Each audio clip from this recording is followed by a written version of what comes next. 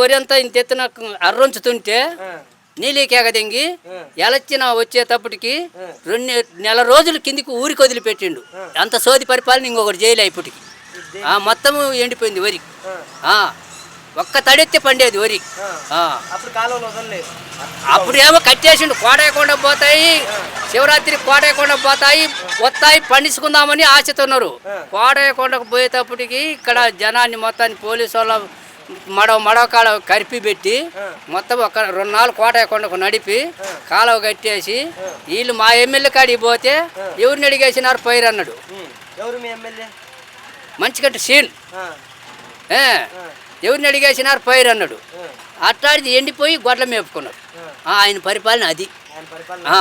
ఈ సంక్షేమ పథకాల సంగతి ఏంటంటారండి? మరి ఇంట్లో చదువుకునే పిల్లలు మనకి ఉద్యోగాలేగా, మొత్తానికి ఉద్యోగాలు మొత్తానికి ఉద్యోగాలు.